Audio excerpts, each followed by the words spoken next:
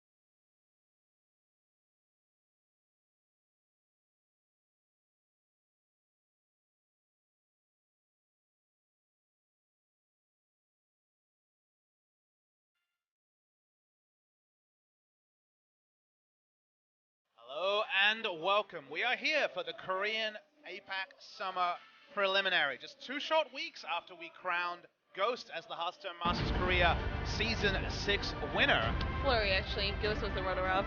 Thanks for correcting that one. Well, we know who you wanted to win anyway. That's true. I did actually predict Ghost to fall to winner. Hilariously, during the interview, I thought he was going to win too. And during the interview, they talked about someone randomly meeting a Korean caster and saying Ghost will win. That was me, Papa Smithy. Sadly, I was wrong on that one, but we are joined, as you spoke before, by Doa, who unfortunately couldn't join us for the final, but back from North America and here to close out the Hearthstone Championship Tour Korean circuit, because this, of course, will be the last qualifier to potentially go through to first APAC Summer and then BlizzCon.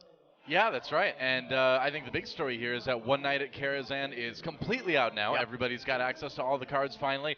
We've started to see the meta sort of shift. The new decks are emerging, but I kind of, in a morbid sort of way, like that we've got this qualifier at a time when everything is still so fluid. And yeah, that might mean that we see a lot of the same stuff we've been seeing, but it might mean that we also see some pretty crazy stuff too. So I'm hoping it goes towards the crazy. I want to see people really experiment with the adventure. I think there's a lot of cool stuff in there, and maybe a couple dragon decks, I don't know, that are not Dragon Warrior. I've got my hopes. I have hopes. And it's also Brian Killer's birthday, or at least it was yesterday, so Dragons on the mind in that one. Haruso, I mentioned the name Ghost, and of course he didn't win the tournament, but he is actually here today as well to join us in this final qualifier. We do have many of the familiar faces today, and I think that's also because this was a double elimination at the qualifiers once again. The double elimination's been doing great work. We had an excellent Hearthstone Masters Korea Season 6, and now the APAC Summer Championship qualifier. There is actually going to be 3 representatives from Korea, as predictably, 3rd time running the season points ranking. That's actually a unique thing with the APAC circuit, is that one qualifier comes from season ranking points, and it is once again Handsome Guy who, even though he did win the previous season, he will be back to go for that prize money. Still $25,000 up for grabs, so that's all he's fighting for, because he's already set for BlizzCon. I love it. Handsome Guy. If you can pick anybody who's kind of, just kind of dominated Korea this year, not necessarily in tournaments, but just in terms of the guy's won a lot of games, it's going to be Handsome Guy. And he won APAC Spring, and now he's going to be going back to APAC Summer. I'm excited to see if he can win it again. It's actually hilarious that he even has a chance. Go Handsome Guy. This is the format for today. It will be a long day, so if you're looking for some Hearthstone, man, we've got some hours ready to share with you. 4 best of 7s, all quarterfinals will be completed. We'll get to the matches in a bit. We're starting at 6 p.m. We'll be starting at 6 p.m. for the semifinals and final also on Saturday in 2 days' time. Yep, going to be a long day, but it's going to be a good day. And even today won't be as long as some of Chober's and my epic casts way back when we had to pre-record an entire season in 1 day and we hear it for 14 hours. That was a lot of Hearthstone. I mean, that show was what got me into Hearthstone, and I started playing Hearthstone after watching that show. You didn't watch the English cast, though? No, I listened to some other people well, speaking Korean. It worked. And speaking of casts, we've got great players here today. AirTraX, not one of the notable names, but one of the up-and-comers. Inventor's a player that we saw for his last season. We have Kaizuru, the runner-up from Season 5, against Stilo, the God. Albe versus Ghost, of course, the runner-up from just a couple of weeks ago. And then Palmblad returns once again to the Masters career stage to take on Sonag. Yeah, and which matchup are you guys most excited about from today? Oh, Kai Zero versus Steel. I know, right? Of course. Come on, is it even a question?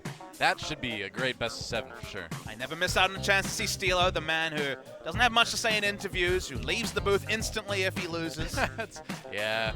He doesn't like to give anybody the chance to get those sad pro game shots, I mean, even when Steelo is getting interviewed, he just says yes, no, I don't know, I don't really feel anything. This is what blows my mind, right? Because Steeler's supposed to be this great streamer, but every time we see him, he seems really boring. Maybe he just needs to rush back to his stream. One-word answers gets you closer and closer to Twitch TV. He's actually quite funny in his stream, but I don't know. The thing about the interviews, I guess he just gets a gist in front of the TV. He's a shy guy. Yeah. You know? And Ghost is another interesting one. His winner's interview, so his loser's interview, where he was obviously emotional, but actually gave a very impassioned interview after losing to Flurry. It'd be a great story to see him, miss out on the auto qualification that went to Flurry for winning Hearthstone Masters Career Season 6, but battle through another tough 8 players and make it today. Well, I mean, like we talked about last season, too, Ghost has just been around the Korean Hearthstone scene for so long, and he's worked so hard. It really would be cool to see him get, a big win. So other notable names, Palmblad, of course, the man who's been around the Masters scene a lot, but we've got a lot of matches today, and we're going to head straight into our first one. We'll be introducing first, probably one of the lesser-known names in this field, will be AirTraX. He's got huge tracts of air. I guess so. That's in the name. Otherwise, don't have a lot of information about this player. How old do you guys think he is? Just give a guess. 12. No, it's got to be higher than that. 17? I think he's like 34 in the Korean age, so Whoa. he's like 33 or 32 in the American You put us on the No spot. way. You had inside information. Wait, I'm going to look this up right now. He's from Team Shiny. Yeah, that's another thing. So Team Shiny is actually a very popular boy band group in Korea. When was he born? What year? What year here? Hold up. He was born October 19th, 1983. Yeah. Whoa. He is only a few, like half a year younger than I am. Well, he's obviously a commentator as well. I know, Doe, you spoke about potentially qualifying some of these Masters scenes. I mean, there has been qualifiers for commentators to get into tournaments back in the StarCraft days, but pretty cool that he's actually here and had enough points to be able to play and go this far in the APAC Summer Regional Qualifier. Well, I mean, Hearthstone is one of those games where if you're a commentator that's lucky enough to only do Hearthstone, then you have enough time to get that good. We've seen Frodan do well in tournaments now and then, so it is possible. Ball Creeper Shaman, never forget for Frodan. That's true, yeah. His opponent today is a more well-known name. Recent quarterfinalist in Inventor. Yeah, Season 5 quarterfinalist. Played pretty well, I would say, overall, so not surprised to see him back here again, and I'd say he's got as good a shot of any of getting through. Yeah, this guy got 0-3 by Palmblad at the quarterfinals of Season 5, and at the qualifiers, he met Palmblad once again, and he got 0-4 this time. So Palmblad is his kryptonite, but... IQ was definitely the person whose number he had, which, let's joke there somewhere, took him down twice during the qualifier to make it this far. He'll probably come in the favorite again because he comes from Team Dexter, because he has had that Masters career experience. We've definitely had tournaments as recently as Season 6 where the experienced player, the one that had the stage experience, went through it almost every stage, and it will be interesting to track that today as we have 5 players with previous Hearthstone Masters experience and 3 newbies to the Hearthstone Masters career stage. Yeah. It's going to be interesting to see what decks these guys bring, what the bans are going to be, because the meta is shifting a little bit, you know? I mean, there hasn't been a lot of brand new decks popping up, but there's been a lot of interesting changes in existing archetypes. It definitely doesn't feel like it's settled yet. There's still a lot of new stuff coming through. Definitely. It's really interesting to see what even the popular decks are, what is going to be brought by multiple players. That sort of stuff isn't clear, but we're going to get straight into our first match between these two before too long. A lot to go through tonight, so we're going to be less on the Talkstone and more of the Hearthstone. I like that. Yeah, once the Korean casters stop talking, yeah, they're doing the Talkstone. It's not our fault, guys. We're ready for our games. job, yeah. All right, there we go. Okay, so just a ban, no self-bans in these qualifiers, and they both banned out Warrior. not a big shock there. Warrior's still extremely strong in the meta right now. There's new takes on Dragon Warrior that I think make it even better with additions like Curator. So, yeah, no surprise at all to see it taken away. I'm really excited to see what kind of Druid deck that AirTraX has brought. A lot of people have been testing the Beast Druid, and everyone thought it was really strong when it first came out. But it seems like it has decreased its presence on ladder and tournaments recently. And I'm always a lover of the rogues, and Inventor does have a rogue deck, so it'll be interesting to see what archetype he's going to pilot in this first series. Of course, it is elimination all the way through, starting at the quarterfinal stage. One lost in your best of 7, and you are out. We can only have one spot. Find out who will be the last player to confirm their place at Apex Summer, and the last player to even give themselves a chance of making it through to BlizzCon to fight with the big ones for the big money. So, end result, Druid Mage, Warlock Shaman versus Warlock Shaman, Rogue and Mage. All eyes on those unique decks, but that camera shot feels like we are about ready to get into our first series. Let's see if it will be Inventor, the veteran of this scene, or AirTraX.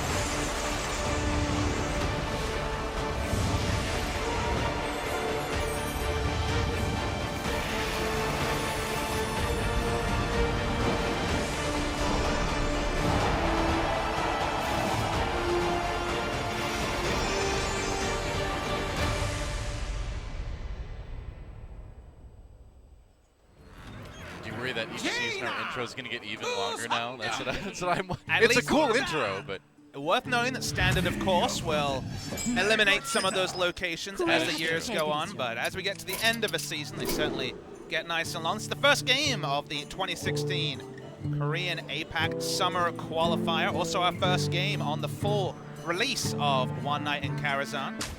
Opening things up, it's going to be Warlock versus Mage. Yep, looks like a Tempo Mage. A lot of the new cards that we were seeing after the introduction of One Night in Karazhan. Ah, yes, the new cards like Sorcerer's Apprentice and Mana Worm. Yeah. Well, I mean, you do see some new additions to Tempo Mage. Babbling Book is really popular. Firelands Portal, of course. A lot of people are putting at least one in. So, you know, like I said, it's an adventure. So, with that few cards, it's Dongun, oh my gosh. But with an adventure, you don't expect as many changes, right? Unless you have something like Cave Warrior come in. But usually with the adventure, you see shifts in existing decks rather than, you know, brand new archetypes for the most part. Dangun is a Korean League of Legends caster here for OGN, so also a friend of Team Shiny, so I imagine he is supporting Inventor today. Yeah, I think he's a member of Team Shiny, and that's why he's sticking around for this match of AirTraX. Cool. I mean, Mage has been an interesting one, though, in the One Night in Karazhan meta, because Yog Mage is still going to be popular, Freeze Mage still exists, but there's also some Control Mage archetypes that are coming forward as well, with things like Medivh's Valet. Inventor's favorite card already is the Babbling Book, so no doubt somewhere, but yeah, I mean, when this card first came out, a lot of the pro players had a very underwhelming approach to this card, but after it came out, a lot of people are actually using it, and people are saying that you actually get some of the decent spells from it.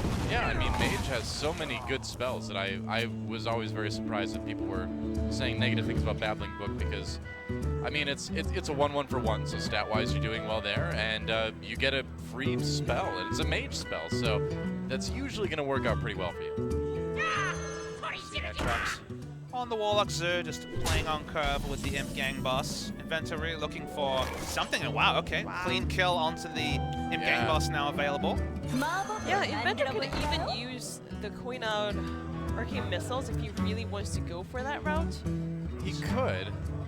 But but I don't know if he wants to do that when he probably has a Flamemaker inside his deck. You know, honestly, I kind of like the Coin Source's Apprentice, and then maybe you do use the Arcane Missiles, because against Zoo, getting this kind of board with nothing on your opponent's side is so good. Yeah, the moment when you invest the Sorcerer's Apprentice, you definitely have to go for the board clear. You don't want to give up the Sorcerer's Apprentice for free, but as you say, against Warlock Zoo, one of the hardest matchups traditionally for Tempo Mage, having such a big board lead this early is pretty significant for Inventor. All right. So there's a Darkshire Librarian, which is a card a lot of people are putting in Zoo these days. And it's good. I mean, I kind of think of it in the same way I think of like King's Elec, where it's a 3-2 for 2, so you're good stat-wise there. And it helps you cycle your deck faster as well, which is always nice when you're trying to rush through things as Zoo. Wow. And this could be a very significant turn for Inventor. It's going to be a 1 mana cycle here, and wow, Cycleception as well. Cycle. Yeah, this way you can probably top deck a Zoo Drake or something playable in the next turn. Start launching damage to the face. So it only has Fireball and some board clear for now, but regardless, he's going to be able to push damage. Inventor in a really good position against a difficult deck, but Tempo Mage to find victory. Yeah, you see the trade there, and I mean, if you can get into this position against Zoo, it's really hard to come back. Yeah, you also have the Arcane Explosion against something like Forbidden Ritual. Right. Yeah, Forbidden Ritual is getting cut from a lot of Zoo lists these days. Well, at least a lot of the ones that start to run a little bit of a discard package with like Malkazar's Imp, Darkshire Librarian, that kind of thing. It's hard to find 6 cards to cut in Warlock Zoo, but as you say, that feels like one of the more discardable cards, which is kind of an ironic thing to say for a discard package. But the moment you see Darkshire Librarian, you're thinking it's going to be, again, as you say, the Malkazar's Imp, the Silverware Golem, and that Darkshire Librarian. Yeah, it doesn't feel good. Wants to put a knife into that heart of that Sorcerer Apprentice Tower. Yeah. Oh, that's it! Sniper. Nice. Golden Babbling Book. Yep, that's cool. Spectators. Do have them here live at Sangam East Stadium. Not a massive crowd just yet, but it will continue to fill up, given it's going to be a long night of Hearthstone. Babbling That's Book is not. so good. Yeah, I mean, the Ice Block, it's not going to do much because Inventor already has control of the board, but it's something. I guess against some archetypes, Iceblock would be pretty good, but because we're not really expecting a Leroy power overwhelming package, probably a little bit less damage from hand here, the Iceblock won't be quite as significant. All right, I think you can definitely build the board a little bit more here and just trade with that Darkshire Councilman. Yeah, definitely. The Ice Block, once again, is very... It's not necessary to play at this turn. Yeah, it's getting to the point where it seems pretty inconceivable to think of AirTraX winning this game, and that hand's not going to help him too much. Yeah, I mean, unless he has that Hellfire tech card, I think this game is pretty much doomed for AirTraX. Yeah, Hellfire tech is... If you're fitting in discard cards, you're not fitting in the Hellfire, I don't think, into Zoo. Yeah. I don't know if we're ever going to see that Hellfire tech come back. If it's not coming back now, I don't know when it would come back. Yeah, just play your board. I mean, how much damage is this? We got 9, 10, 18, 23 damage. We got lethal here. Okay, we'll see if he adds it up. I mean, it's, yeah, lethal. 10 on the board and 13 in the hand. Yep. That'll do it. He sees it. So Inventor taking a pretty easy game 1. Again, in a difficult matchup, Doa, and Inventor's going to be feeling pretty great. Gets the Tempo Mage off the board. Still has to find a win with that Rogue, and that will probably be the most interesting point. But first game of the APAC Korean Summer Qualifiers goes to Inventor. Yeah, really curious to see what that Rogue deck is going to end up being. There's a lot of... Rogue got a lot of fun cards. So Yes. I don't know if they're tournament cards, but they are fun cards. You know, Masters Korea, sometimes the tournament cards and the fun cards are the same thing. It is true. It is true. Never forget Palmblad winning with his Inner Fire Priest. It has happened. And hell, Yogg is now a tournament-ready card, Noah, so... Sure is.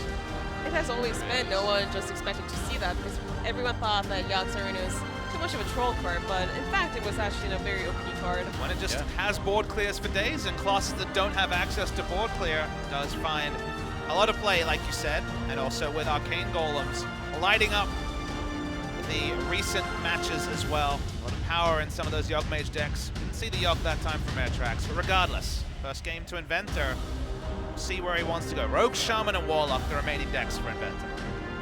Yep, I wouldn't be too worried if I was AirTraX either. I mean, he's still got Zulok, very strong archetype, so Only one down in a best of 7. Plenty of games to go yet. Players won't be changing their decks between today and Saturday, so there is incentive to hold on to the same class. We might not see AirTraX stick with that Warlock Zoo, also a very reliable deck, like you mentioned, Doa. Waiting to see what Inventor decides to go with in Game 2. Yep, and so more of... I'm really excited because we get to see a lot of these little additions, so hopefully we'll get to see more in Game 2. Again, only delay here is waiting for Inventor to select his next deck, potentially AirTraX as well. They're heavily expecting him to stick with the Warlock. That's why we're showing you lots of sweeping shots of Sangami Stadium. Yep, come on, Inventor. So what's a Bring it card you're up. hoping to see today, Harusol? What have you liked from the new set? I really want to see Medivh and a few. Well, we're going to see something new, but it's actually a card coming back as Wow. the Scrubs were actually in that particular... That's Right? the town This is, scrub. Yeah, Yep. this is some weird cards that we saw from Inventors hand Yeah. already. And a Swashbuckler. It's damn, right. just slapped on the board.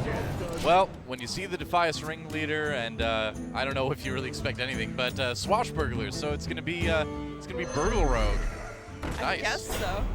I'm dream. excited about this. You wanted something new, Doa. Here we go. You got Tiny Master of Evil. That's not the most useful card, perhaps, but it does work. Nice clean kill on the Voidwalker with the spell powered up backstab. It's funny how Rogue versus Zoo has gone, because obviously Blade Flurry was the big winner back in the day. Blade Flurry cut after the nerfs, and now we're seeing a deck that's actually going to be very different against this Warlock Zoo. Yeah, and finally we're seeing the Silver Golem, so I guess that's a confirmation that AirTraX was playing a discard lock. Oh yeah. You know, I'm really curious to see how this Rogue is going to do, because I haven't had any time to really test it myself yet, and I haven't really seen a lot of pros play it. But when you think about it, the cards you get from things like Burgle, from Swashbuckler, from you know, other stuff, you'd think the tempo would be there maybe. So I'm really curious to see how this ends up working out. What you can say, though, is not a great start. The Imp Gang boss does face the board from Inventor really well, and no way for Yeah. Inventor right now to find too much. Could put both his minions in with the Direwolf Alpha, but then he's not really trading great, so just gonna throw out the Swashbuckler. Whoa! Oh, wow, gets his own Imp Gang boss. That could be useful in a future turn. Yeah. So is that Dire Alpha Wolf from Inventor's deck? It is from Inventor's deck, yes. I guess so. I believe you got Tiny Master of Evil actually from the yeah, deck. exactly. So Direwolf Alpha is playing himself. It just looks so natural when you're playing against Zoo, so you're confused about which deck it came from. Yeah, this Rogue deck, I mean, it's kind of Rogue Zoo, right? And so where it kind of lacks in being able to match the board of traditional Warlock Zoo, this Rogue deck wants to make up for by just getting card advantage and stealing a lot of stuff from your opponent or copying it anyway. All right. Seeing one of those tech cards, there is the Bladed Cultist. Yeah. Yep. combo effect of becoming a 2/2 is 1/1 as vanilla stats. Really easy to make that combo happen too when you've got such a cheap deck. You've also got Imp Gang Boss, so this turn 4 actually is a really high power one He for has 2 Inventor. of them? Oh my god. Why not? We're learning here. We're learning the new meta. I'm totally not sure if this deck is actually good or not, but I love that he's playing it. Seems pretty unclear, Inventor, about what line to take here. I think here it'd be reasonable to go for the Imp Gang Boss into the Bladed Cultist. I guess That that's build. the only play that you can. Whoa, I Oh, guess he's nope. gonna go for something. He's Well- decided that's not actually the only play. Huh, okay. What So hero this- power is he looking for? Warlock for a draw engine. I mean, if he's basically pretending to be Zulok with this deck, so I'm not surprised he took the Warlock hero power. All right, interesting. So he does still have a decent board, and getting that weapon out helps him, you know, contest things a bit better, even after changing the hero power. So, yeah, interesting turn, but can't really disagree with it. Now, next turn will be a big one for AirTraX because he can just play the Doom Guard and also get the Silverware Golem. They're very likely to be discarded. Silverware Golem is so good. What do you mean? There's a chance that you're gonna not discard the Silver and Golem at the same time. True. We'll have a 4-card hand, so if he was to play the Doom Guard next turn, it certainly would. Actually, no, he was right. It'd be 2 out of 3. My apologies. Over to Inventor. We'll finally find a trade with the Imp Gang Boss. Yeah, that Dark Shark Councilman is a little bit tricky, but he's hoping Van Cleef will be a threat that maybe some trading will go on, I suppose. just the way Inventor plays and the minis that he has in his deck, it almost feels like it's very similar to Zulog, especially with that hero power that he just got from Finley. But it feels like a worse version of Zulog. But when you get the Warlock hero power, you can do a pretty great impersonation, Haruso. Yeah, and I mean, where Zulog has to pay life to draw cards, this deck doesn't need to pay life and just gets extra cards from things like Swashbuckler and Undercity Huckster, so he's kind of counting on that to help him keep up. You have to say, though, he's been pretty fortunate drawing both Swashbucklers and getting the Warlock hero power, so we're going to see unusual amount of fuel for Inventor this game compared to other games where those cards aren't in your top 10, then you're going to have a much slower start. So if anything, Inventor's been very fortunate so far in his start to Game 2. Yeah. All right. Nice. So Okay. he does get the Silver Golem Yeah, on the board. he won't get the draw from having the Malkazar's imp out, but getting that 3/3 certainly makes up for it. He also keeps the Knife Juggler, which was Yeah, that very was good. actually the best discard he could get. Yeah. Yeah, and that's going to be a board that's hard for Inventor to contest. He can remove the Daksha Councilman, but does take most of his turn and still would be 9 damage left on the board. Yeah, he still cannot deal with this Doomguard, and once again, this just feels like a really bad version of Zoo. And he has to find a win with it, and crucially, if he goes forward in the tournament, will be a deck that certainly not be banned away and might find difficult. Potentially cheese you that win the first time, but with such an unrefined list, probably going to find a lot of struggle still. This game's not over yet. You got to say both these lists to some degree are unrefined. The discard lock has certainly become more and more popular, but people are really debating between standard Zoo and the new age discard lock. Yeah, I mean, I haven't had time to test both of them enough to compare, but you'd think that the discard version would be a little bit less consistent, but it's still very good, and you don't lack in card draw at all with it. Yeah, I mean, it's very powerful compared to the regular Zoo that we used to have, and you don't have to rely so heavily on the board control. We're using something like Forbidden Ritual, which is so weak against cards like Ravaging Ghoul. I think another part is you don't have to rely so much on things like life tapping as well. Yeah. Another thing I like about this version is that playing Doomguard on turn 5 becomes much more of a regular thing. But previously, you're waiting for that situation where the opportunity cost of playing the Doomguard is at its least, but often we will see Doomguards come out turn 5, turn 6 with things like the Silverware Golem. Venta, considering where to put the Eviscerate, I did have the fortune to get the double Silverware Golem discard with the Doomguard Dream today on ladder. standard 5/7 and 2/3/3, so that's 11-13 worth of stats. Yeah, and then the Warrior Brawl, but it felt good to do, you know. All right. Well, this is looking very, very good for AirTraX, and just like Inventor kind of overwhelmed his opponent last game, it looks like AirTraX doing the same thing this time around. Yeah, I mean, unless Inventor has another source of card steal from AirTraX and gets something like Doom, I don't know how he's gonna win this matchup. Have the mana to play Burgle and Doom this turn anyway. That is Burgle true. Hellfire could be played, but doesn't remove everything. Gee. That's not a card you wanted to see. Yeah, that is going to be it. So, looks like we're tied up 1-1. Well, Inventor, you know, he kept with the name. He's like, all right, I'm an innovator, I put it in my name, but so far this Rogue deck didn't find a great matchup in the Warlock Zoo. As Haruso was kind of mentioning, it felt like the prototypical Zoo deck against a wannabe Zoo deck, or Rogue deck in this case, and found wanting. So the Rogue will have to find a victory at some point if Inventor is to push forward. But AirTraX gets on the board with the discard. Yeah, I'm really worried about Inventor, especially after seeing that Rogue deck. I don't know if it has any favorable matchup against any of the decks that AirTraX has left. What would you say it has a favorable matchup against, Haruso? Nothing. I'd say probably Druid would be the best chance if you could overwhelm him early. Well, your homework, Haruso, is to find Inventor in the back at some point and ask him about why he brought this homebrew Rogue deck, because I have to agree with you, or at least echo the sentiments that looks like it's going to be a struggle to find a victory against the remaining lineup. Warlock is gone, Shaman, Druid, Mage. Inventor's going to ditch the Rogue for now. He's going to find a better time for it and get a Shaman Mirror match. All right, but how mirrored will it be? Because there's a lot of different Shamans these days, so we'll see what angle these guys take. There's a Maelstrom Portal, which is a pretty great addition to both the aggressive and the more mid-range Shaman decks. Yeah, looking at the Urgent Horse Rider, Inventor's deck definitely seems more of an aggressive deck, whereas AirTraX's looks more of a mid-range type. I mean, Lightning Bolt also has been cut from some of the more mid-rangey Shaman decks, but we did see it, as you said, in the hands of Inventor. All right. And there's Thunderbluff Valiant, so we know exactly what we got. Yeah, aggro Shaman versus the mid-range Shaman. Pretty good starting hand for Inventor. And yeah, AirTraX is going to have a little bit slower of a start. We'll see how much he can get done with that Totem Golem, really. I wonder if it was a slight misplay from AirTraX to keep that Rockbiter weapon in his third hand when he's going first. Speaking of weapons, Spirit Claws, another one of the new cards, is in the hand for AirTraX. Yeah. A 1/3 weapon that gets +2 if you have a spell power out. So spell power totem will definitely do the job. Yep, that's right.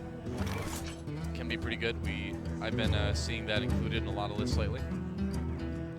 The Korean description says that this is a better Fire War Axe once you get your spell power totem.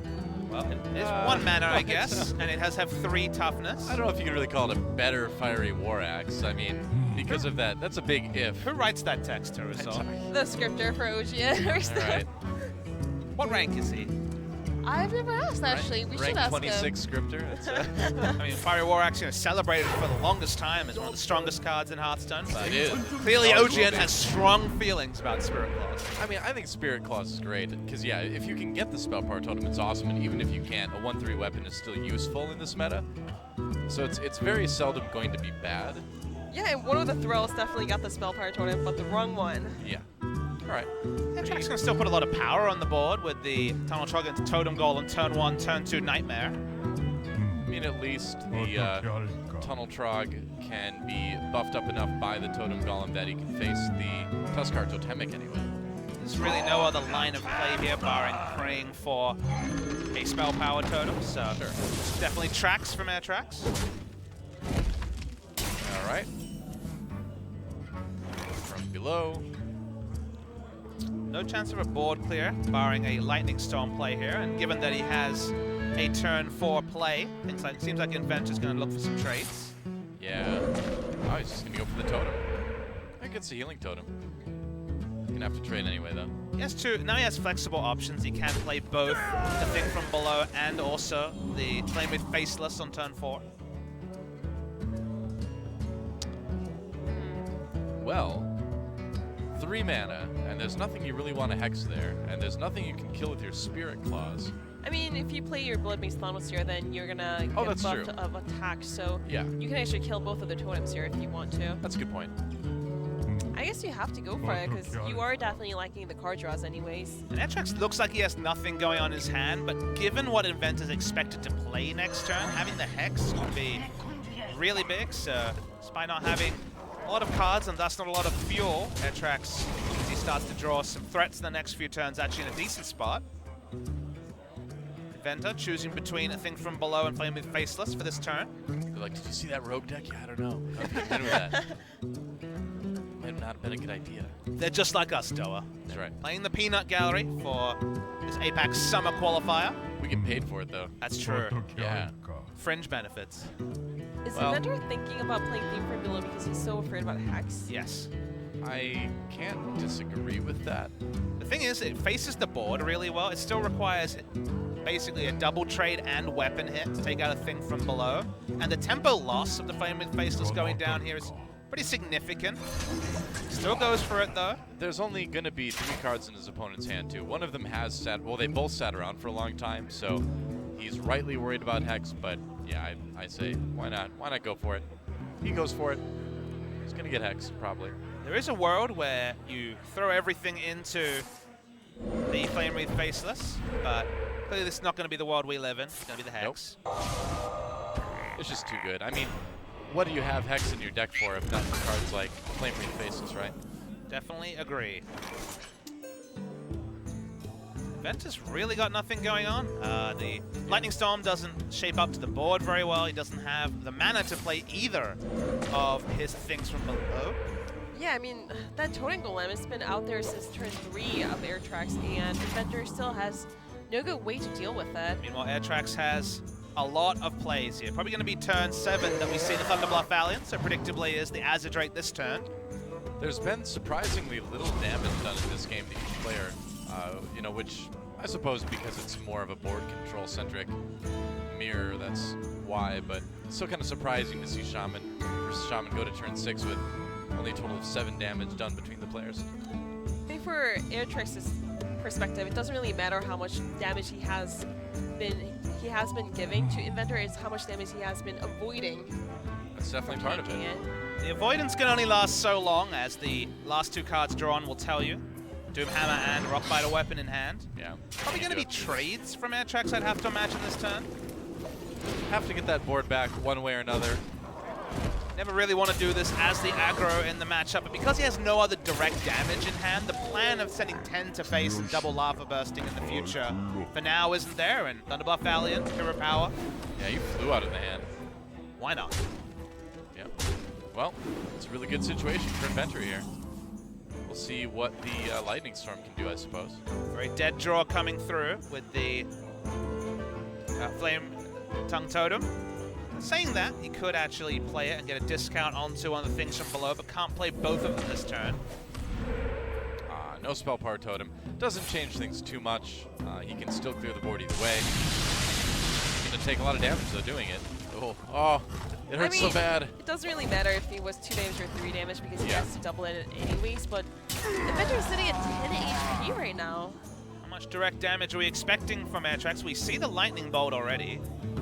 If he was to get a Spell Power Totem, he'd have 6 damage from hand, because of course the weapon would go up to the 3 damage with the Spirit Claw.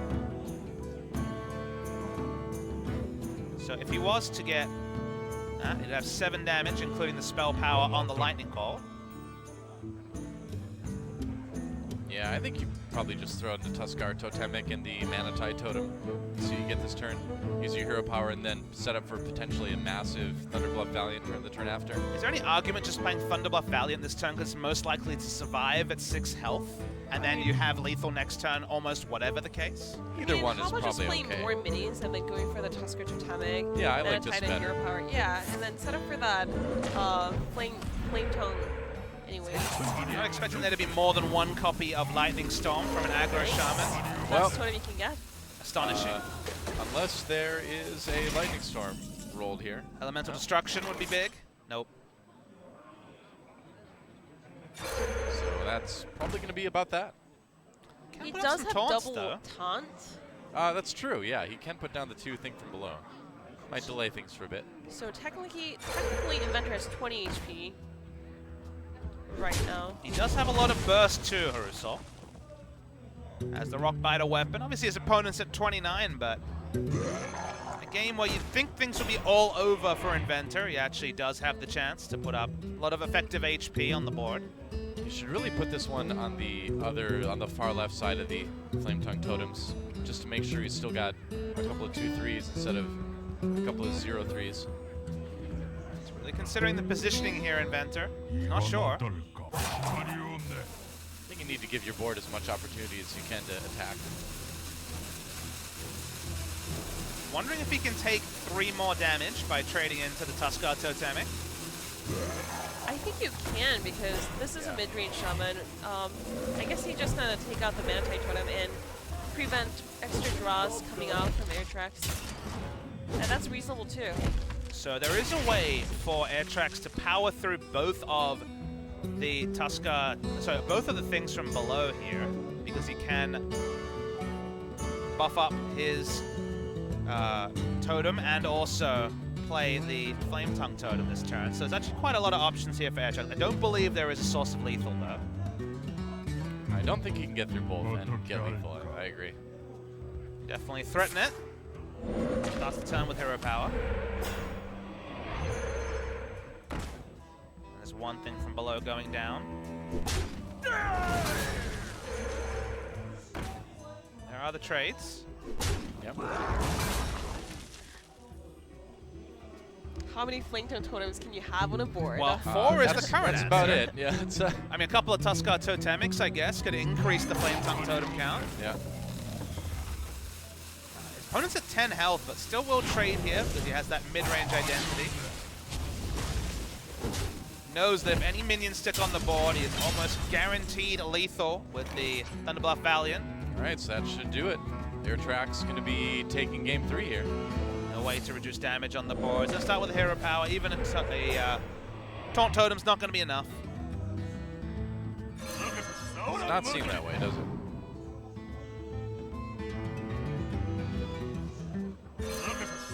Because he can use this to kill one of the Flame Tongue Totems at least if he attacks the Taunt Totem with his face.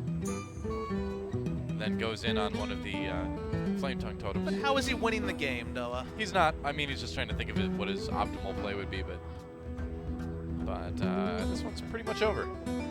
And had a really good game 1, playing that Tempo Mage, but we have our question marks about the Swashbuckler Zoo Rogue, and now this base Shamans actually seem to run out of steam. Well, this way Inventor technically survives for 1 extra turn. As much as he's doing, though, Yeah. what does he have to handle the Thunderbluff Valiant that's coming down? I mean, he's not to know that, but simply with what he knows, how is he winning the game with no He's cards? definitely not winning this line of play. He's just barely surviving. Can't play around everything, but he is in the most dire of straits. Now, technically not done. Takes out Taunt Totem, so has power on the board. Lightning Bolt. So it has obviously a way to kill Thunderbluff Valiant, can kill the Flame Tongue Totem as well. Board would just be a 1/1 and a 2/2 Spell Power Totem. Yeah, I mean, which is once still again, lethal. you're surviving, but not really doing anything. Even if he cleans out two No, minions he's here, not this- dead on the board if he kills. or the Spell Power Totem's got to attack. Yeah. Oh yeah, that's right. He's That's- still dead. I think he just realized it now. He's like, oh, that's not all from the Flame Tongue Totem, is it? No. Yeah, there's no way. That's what That's I right. picked up on. That's a buffed up Spell Power Totem. And the buffed up Spell Power Totem spells the end for Inventor. He loses the mirror match, and Aggro Shaman's usually pretty favorite, I would say, in that matchup, but not to be this time. Well, AirTraX, 2 more wins, and that'll send him to the next round. In a couple days here, needs wins with Druid and Mage yet. Of the 4 decks, or 5 decks rather, that he brought today. Interesting to see what type of Druid is brought. You mentioned it before, her assault, but people are really messing around with a lot of these Yogg Druid decks. A lot of cards can be considered for the Druid. I guess Beast Druid is also an outside chance of coming through, but hasn't necessarily dominated the ladder like I kind of expected it might. It did for the first 2 or 3 days when the Mandarin wording first came out, but after that, everyone has kind of noticed that the deck is not as strong as they expected it to be. Yeah. Still a chance it could be refined, of course. Oh, I'm sure there's still more that can be done with it. The issue really, as we move into the next game, is that with the Beast Druid, you're really reliant on buffing with Mark of Yasharaj early on, and if you don't get those buffing cards, you either got a hand that's a little bit too expensive, or you've got a hand that's not strong enough to contest the board from some of these other better mid-range decks. So that's kind of the issue people are starting to run into a little bit. But I agree that it's a deck that still needs a bit of work before we can really, call it. So. Tempo Mage versus the Aggro Shaman from Inventor, sticking with that deck. I mean, this actually could be slightly better matchup for Inventor because he did run 1 Maelstrom Porter and 1 Lightning Storm, so that's at least 2 AoE cards in his deck. Yeah, I think Maelstrom Portal really helps Shaman out in some of the matches where they suffer early on board a little bit more. And AirTraX gets the coin and also Babbling Boat. It's a really nice starting hand for him, though, as the Tempo Mage. Yeah, you can actually go for the really aggressive route and go for pointing out double minions, but just not go for it. yeah, I mean, Babbling Book it's still just a 1/1 for 1, so is it really worth pointing out? You're not going to be able to use that spell right away, so I think it is better to save you it. could buff up the Mana Worm at the same time. Yeah, you can. But you can always do that in the next turn, too. AirTraX is actually running Blizzard, so maybe this isn't the Yogg Mage that we were kind of pigeonholed into expecting when you see Cult Sorcerer and the Mana Worm.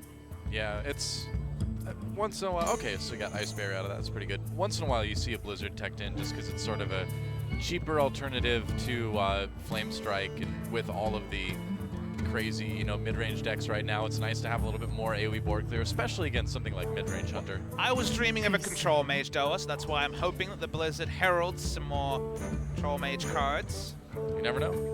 Medivh's Valet, another one that's pretty big in control mage. What does a valet do for Medivh? Does he park your horse or something? Well, he has parties, so he's got to park stuff, I guess. Yes. Park your griffin. And when someone whispers him a secret, he does damage. I don't know.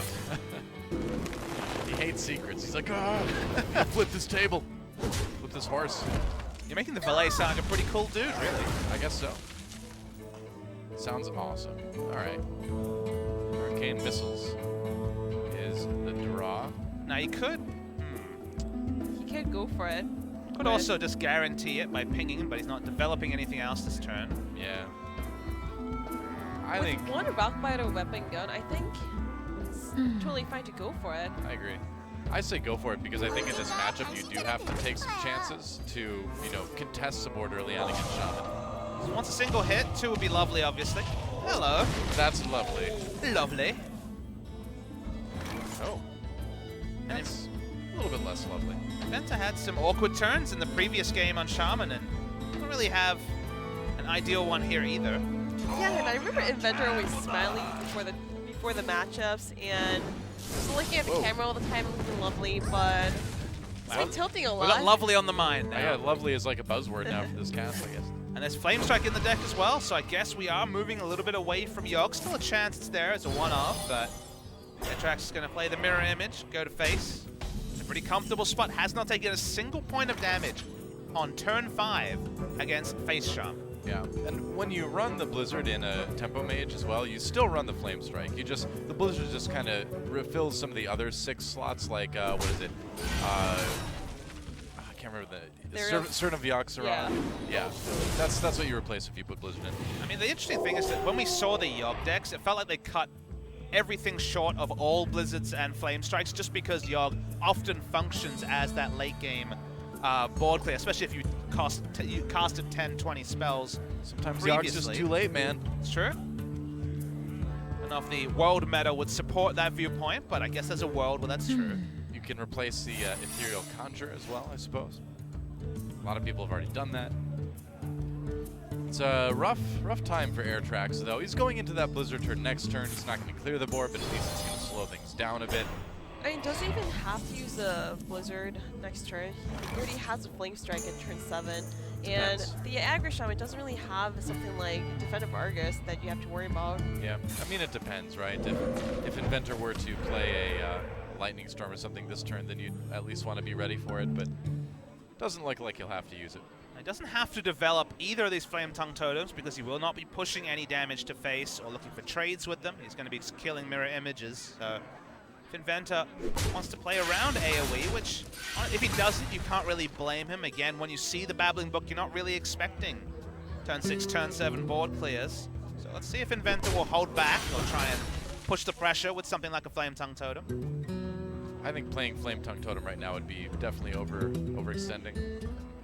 I mean, you've got enough mana next turn to play both Flame Tongue Totems and Think from Below, so if you really want to go crazy like that, you could probably wait for next turn. I like the fact that he's holding back, though. There was no need, there was no demand for the extra 2 attack on his minions, so holds back and will be rewarded when he sees Blizzard played this turn. Yep, there you go. And so it's nice to play Blizzard to prevent the damage, and it also kind of makes your opponent say, all right, maybe I'm willing to commit a little bit more to the board this turn because an AoE was just used. Doesn't actually change too much. How much is coming on the board, Doa? He's again thinking about a big turn here. Does have 2 more totem cards in hand and the Thing from Below. Could play everything if you wanted to go just all in. We know that will be heavily punished. Oh yeah. But I mean, do you guys agree with AirTraX using the Blizzard in the previous turn? Because he already has an Ice Barrier up, and he has a Flame Strike, so why is he so afraid? I did forget about that Ice Barrier. That's a good point. But what this does is, I think about it this way. There's not really going to be another turn where he's going to get good use of that Blizzard going forward in this game. I think He so, can because like if you just conceal- pass a turn and play something like a Zeus Drake or other minion, and then just like I don't know, just take the damage or let him do the trade and then play the Flame Strike, and let Inventor develop the board once again and then use Blizzard. I think he can definitely get a lot more value out of it. Maybe. I take your point on the Blizzard side, but we see AirTraX now go for the Flame Strike as well. It seems like a really big investment. Was a pretty low value board, and Inventor has been rewarded heavily for holding on to his threats. All right. Well, at least you can kill any minion that comes out now. Or he can take 2 mana from the opponent because he's going to get it pinged away. True. I mean, this is what I mean. So if AirTraX held on to that Blizzard, especially with that Ice Barrier that was already played, then he could have that Blizzard to use in this turn. I think we should focus on Inventor, though, being smart to not overload the board with threats. There's a couple of times we wondered, will he go for it? Will he respect AoEs that have been largely cycled out of mage decks? And the answer for Inventor was yes. I take your point, Haruso. Did feel like AirTraX was a bit too liberal using both board clears. Does draw into his 3rd AoE board clear, though, so sometimes the harder the card rewards some decisions that at first glance were pretty questionable. So this guy has 2 mirror Images. and 3 AoEs and his Yeah. tempo Minimum. stack.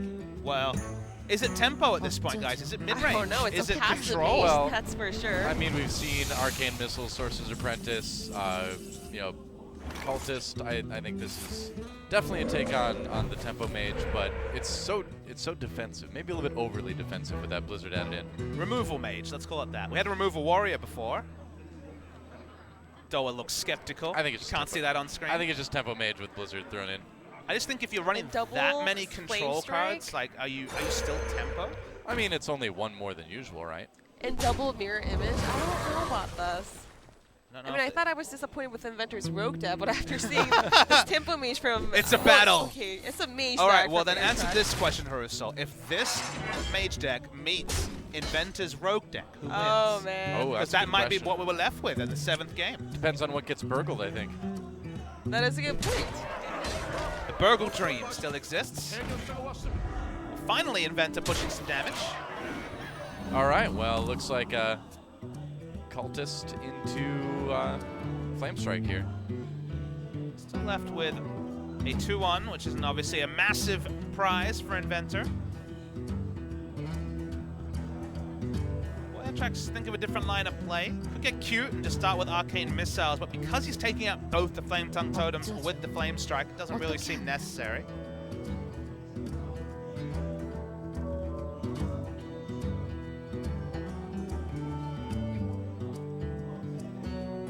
I mean, if you don't use Spell Power with this Flame Strike, then you're running into a situation where... I guess he's going to go for the Flame Okay. Strike and Arcane Missiles. Okay, Take his actually, no. chances.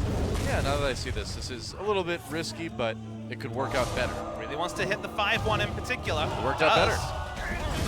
Seems like that was overly risky, though. It's so weird because he's playing the was. most passive tempo mage deck I've seen, and now he's playing so aggressively for no reason. It's a long Yeah. night, Haruso. Don't get tilted during Series 1. Cast a tip. I mean, I get what he's doing, but I agree that I think this is maybe, like we said, a little bit too defensive on the upper end of this Tempo Mage. There we go. Firelands Portal comes for AirTraX. Launching it to the face. I mean, AirTraX does have Inventor pretty low here, so he could still win this game. That is a pretty sick 5-drop. Yeah, it is. The stats are good. I'll go for the AoE here. If he gets a 3, we'll be able to just Lightning Bolt. All right. Goodbye, board. I really don't know if you want to invest any more life total, so I think Lightning Bolt has to be the way if you're going to kill off 5-3. Yeah, I agree.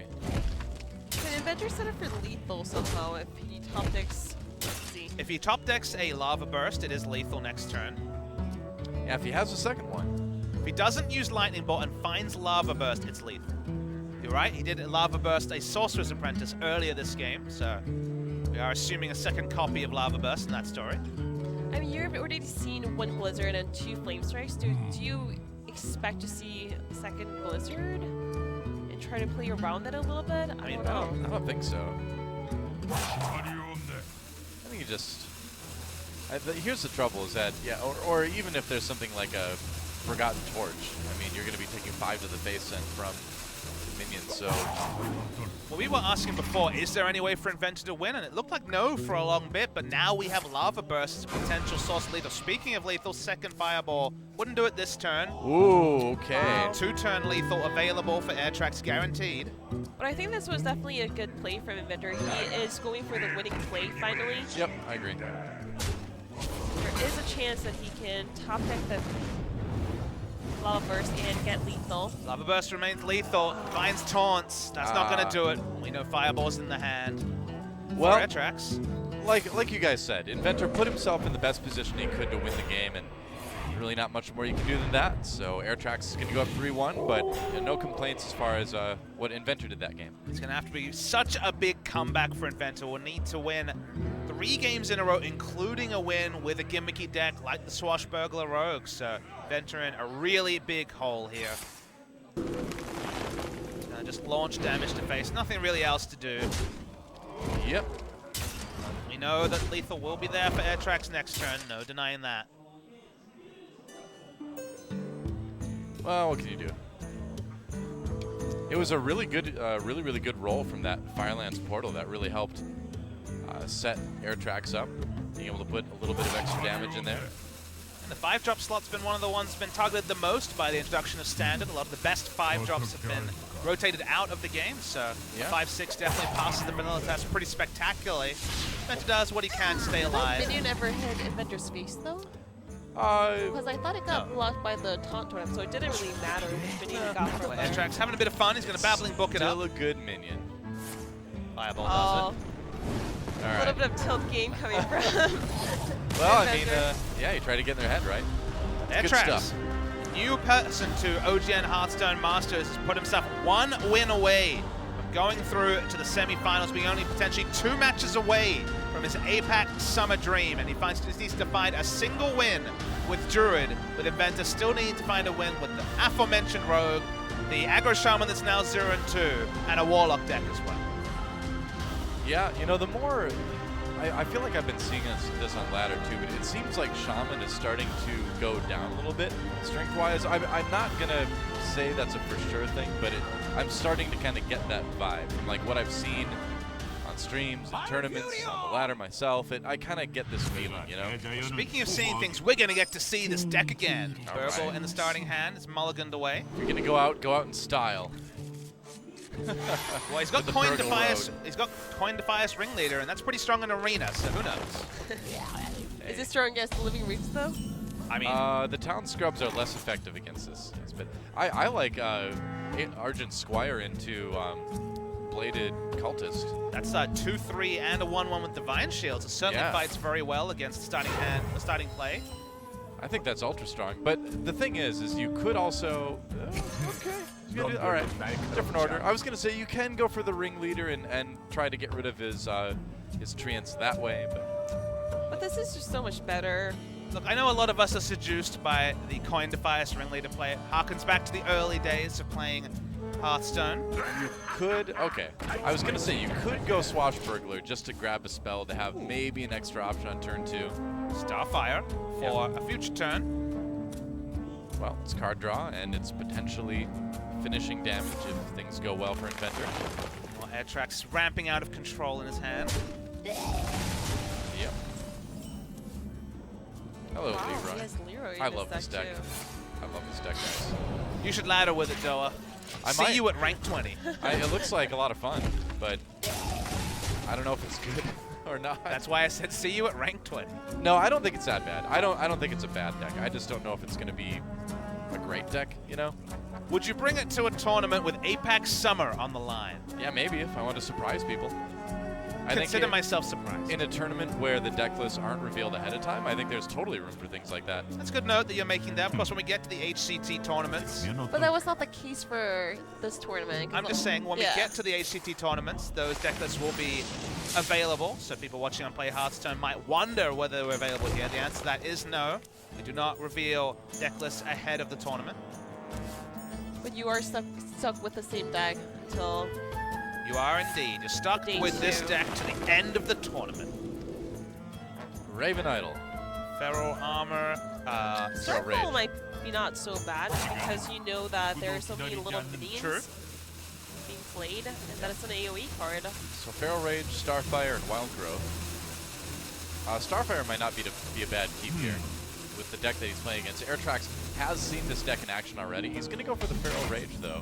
Not really sure what the 4 attack or even the 8 armor contribute. And when he sees the Defias Ringleader come out, he'll be like, where is my Starfall? I was going to say, like,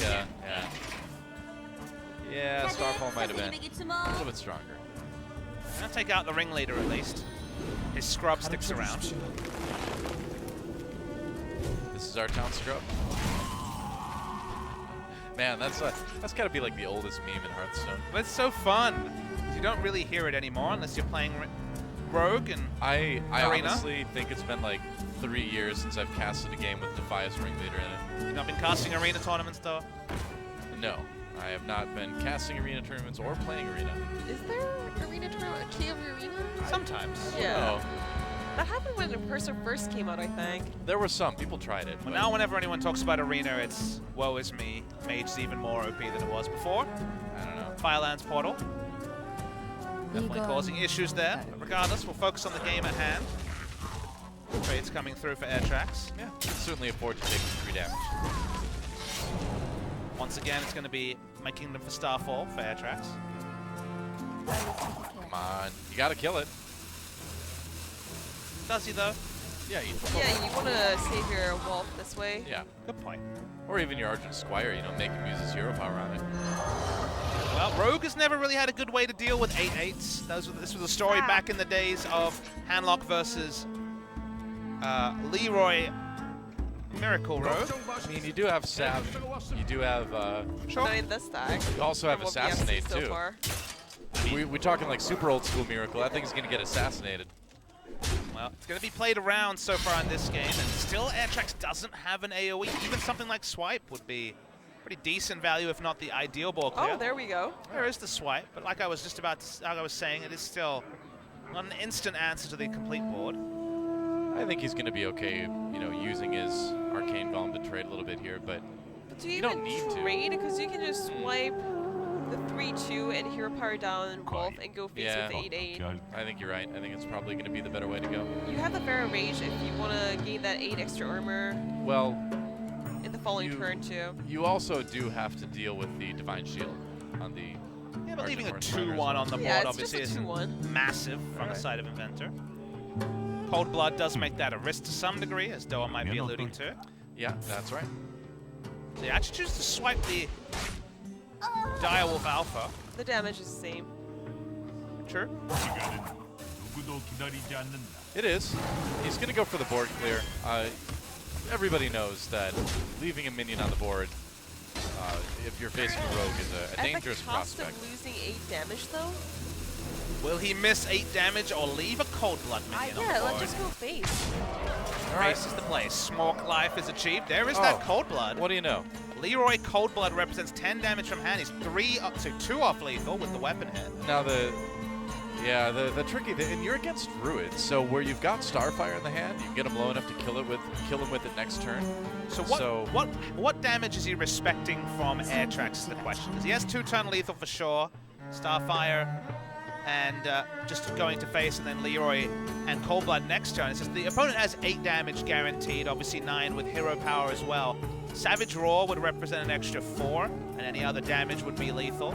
Yeah. We know that he has 5 damage from hand. He's got 14 on the board right now altogether.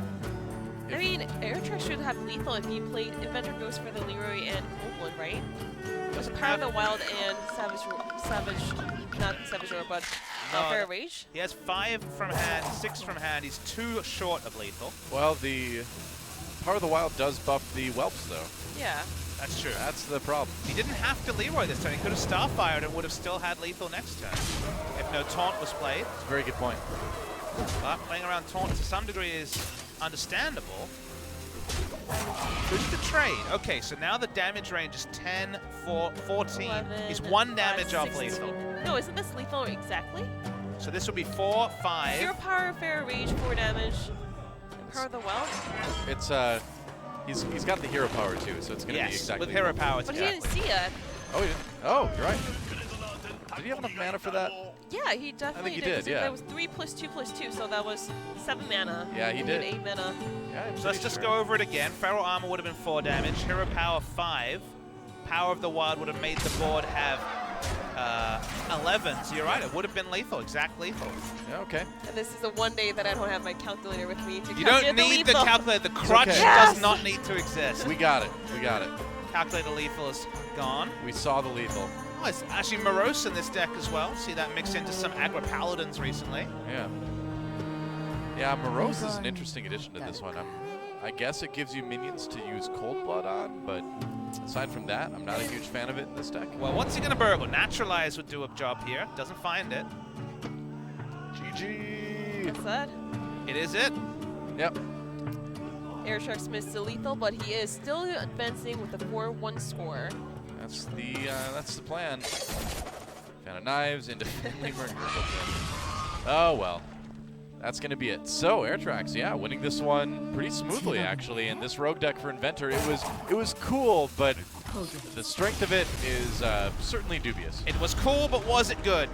Maybe not. I guess at 0 and 2, we're definitely more on the side of no than yes. So already a surprise. AirTraX, one of the unheralded players here, finds the win. We'll go through to the semifinals to play and battle again on Saturday. And Inventor made it to the Hearthstone Career Season 5 quarterfinals. Did not find any luck so far today. Really have to question some of his deck choices, but we might have more questions as we cycle through. Still 3 more matches and plenty more decks to see after the break, but at least AirTraX can sit back, feel pretty good about himself. His work for the day is done. Yeah, it was a pretty fun series to watch. We are seeing a couple new cards from One Night and Karazhan sneak in there like we thought we would, and they're certainly having an effect. Getting ready to go into a break. When we come back, we will have Kai0 versus Steeler, so a big match after the break. We'll be back in a few minutes. Come back for Kai0 versus Steeler.